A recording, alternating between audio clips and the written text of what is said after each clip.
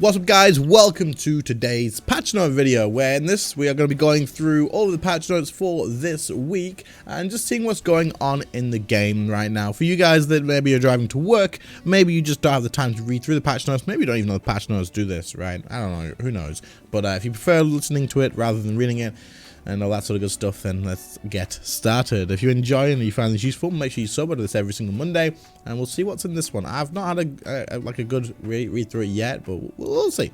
So it says Pure's Mini Strike, which sounds pretty interesting, and Retro Abyssal Whip this week in RuneScape. So let's take a look. I'm interested in what this Pure's Mini Strike is.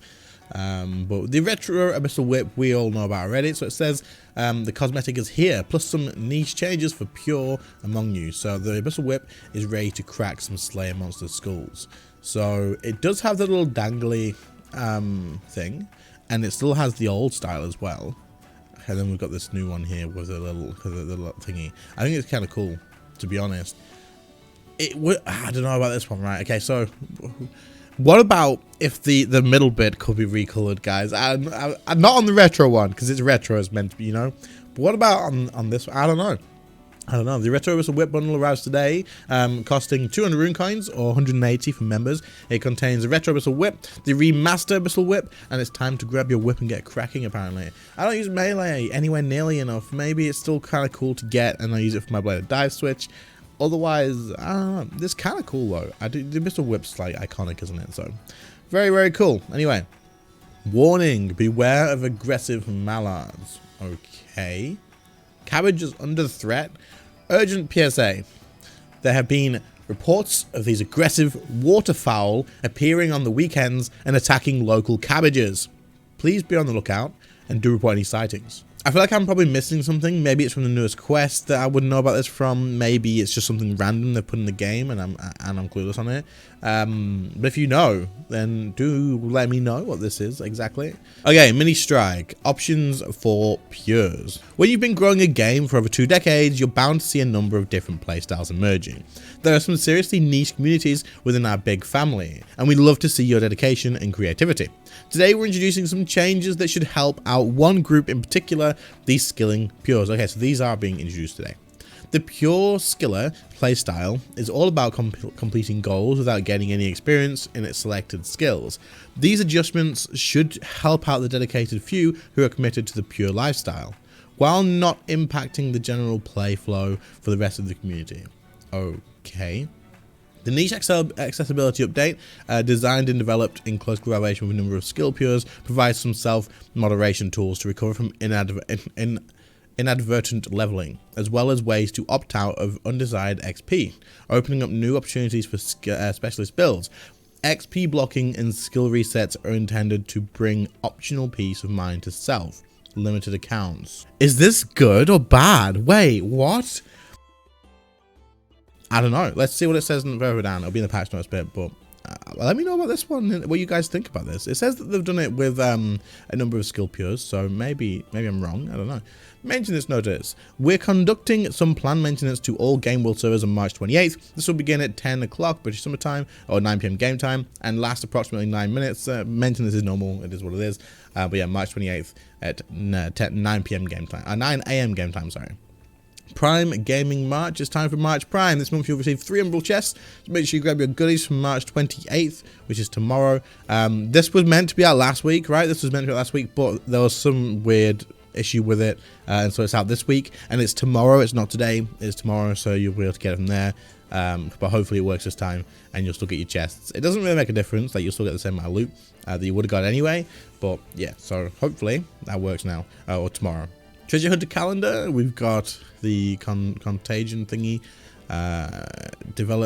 delve deep in the blighted lands and assist the plague doctors to incur infested rewards. Okay, whatever. And Smolder vs Supernova, that's fine. And then patch notes. Okay, so it says here the skill Pure accommodations. The following options have been added to the Nastroth and Lumbridge Courtyard. XP blocking. I want to block XP from specific skills. You can choose whenever it's getting XP and you choose your choice. Okay. Note that the request of HP Pures constitution XP from defeating enemies in combat cannot be blocked. Right, okay, so you can still get XP if you kill something in combat. I want to prove I've never used an XP block or reset. Oh, Alright, okay. This toggles a tooltip on the combat level icon when you are inspected by a player, indicating whether XP has been blocked in your account or used a minor reset. Ah, this is it. Okay, cool. So I was a bit unsure whether they would have that or not, whether this would be an issue or not. But if you can have something that proves that you did it properly, rather than someone who leveled to max and then did a reset, that makes sense. Minor reset to accommodate pures who have ruined an account by over leveling a skill. Nastroth or whatever can now reset your XP in a skill of your choice to its minimum, provided the chosen skill doesn't exceed level 10 or level 15 if Constitution. The player must still return in 7 days to activate any reset after requesting it, and activation requires a bank pin. Okay, so this is to protect people from someone like someone hacking their account, resetting their account down, and then it just being set and everyone loses the stuff they've got. So that's good. The limit of 1 major reset per account has been removed. This is to help players who are over leveled for Nastroth's new minor reset and have already used either of Nastroth's 2 major resets to recover their accounts and utilize these changes. Okay. To prevent exploits from major resets being used repeatedly, Nastroth will cease to provide major resets in less than 6 months on Monday 18th of September 2023. While the limit of 1 major reset per account has been lifted, Nastroth's 2 major resets were intended for 2 very different types of pures, so it cannot be combined.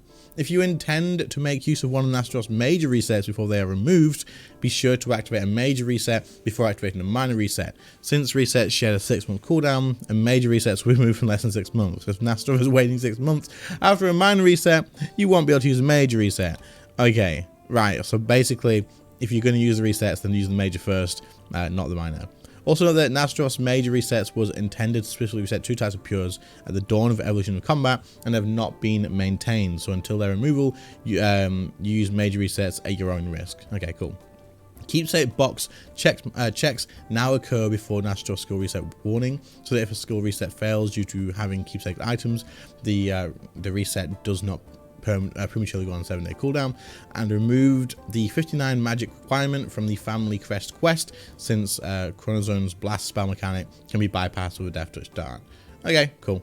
All right, so that's all the stuff with the pures and stuff. Pure people, are you happy about this? Is this good? I don't see an issue with it if they have the proof thing. That was the only thing I was thinking, like, people are thinking, my account's been devalued, but with the proof, I think it's fine, right? So, graphical, fix an issue where the lights in the crystal light puzzle in Damon Him were not displayed correctly. That's been in the game for ages and has now been fixed. Fix an issue with environment visibility at the Soul Altar. Adjusted lighting across the Cesar City. Overhauled the lighting and updated the terrain textures in the Underground Pass dungeon. Then we've got the quest, so fix a small typo in the Extinction quest. Fix an issue where Adrestia sometimes wouldn't appear in the Falador Castle library after speaking to Saradomin during the Twilight of the Gods quest.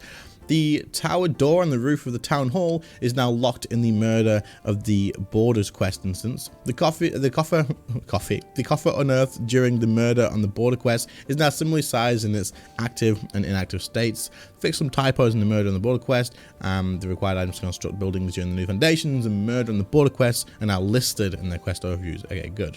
Okay, so general stuff. It says, fix an issue where the status of the chapel in Fort Frinthry claim that the building is yet to be constructed, even if the chapel is fully completed and customizable.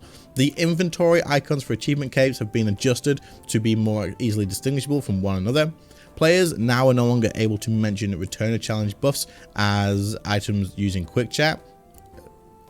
Why? Is there a reason? I don't know. Fixed an issue where combat XP lamps claimed from Nikel didn't provide any XP. Fixed missing UI border for a clue scroll treasure map at Fort Frinthry. Fixed an issue where players couldn't bless extra fine sand on certain tiles in Ardougne Monastery.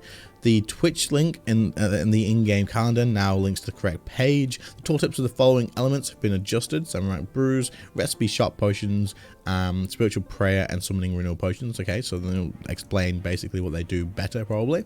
The Oddment Store and the Terms and Conditions buttons are interactable again when the out-of-key screen is displayed. Fix an issue where different types of protein packs were deselected after clicking the More option.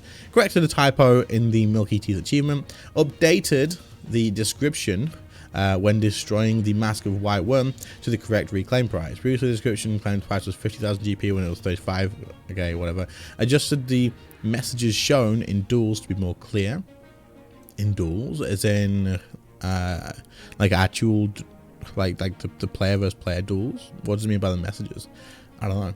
Fixed an issue with the Forin 3 royal robes missing the neck in the female variant. The witch's potion override can now be deactivated. Okay, so let's take a look at the community stuff. We've got the skeleton teleporting with the home teleport. There's a C in Lumbia. It's very, very cool. There's blue pie hat and it's glory on as well.